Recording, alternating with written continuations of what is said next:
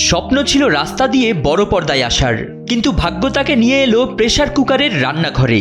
আসছে রোজার ঈদে রায়হান রাফির নতুন সিনেমা দিয়ে অভিষেক হতে যাচ্ছে গ্ল্যামারাস মডেল স্নিগ্ধা চৌধুরীর।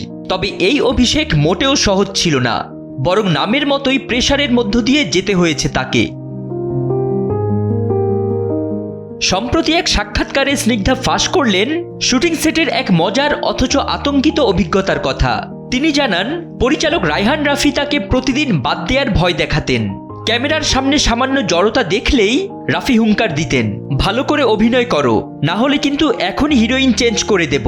মূলত স্নিগ্ধার ভেতর থেকে সেরা অভিনয়টা বের করে আনতেই ছিল পরিচালকের এই কৌশল।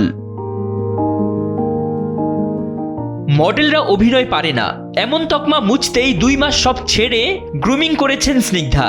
বুবলি, তুষি ও মারিয়া শান্তর মতো দক্ষ অভিনেত্রীদের পাশে নিজেকে প্রমাণ করাটা ছিল তার জন্য বড় চ্যালেঞ্জ। স্নিগ্ধার মতে এটি কোনো কৃত্রিম প্রেমের সিনেমা নয়, বরং 4 জন মেয়ের স্ট্রাগল আর রিয়েলিস্টিক গল্পের এক দর্পণ। তার আত্মবিশ্বাসী দাবি, ঈদে আমাদের এই সিনেমা বড় হিরোদের ছবিকেও ছাড়িয়ে যেতে পারে। ফরিদ উদ্দিন মোহাম্মদ, সময়ের আলো।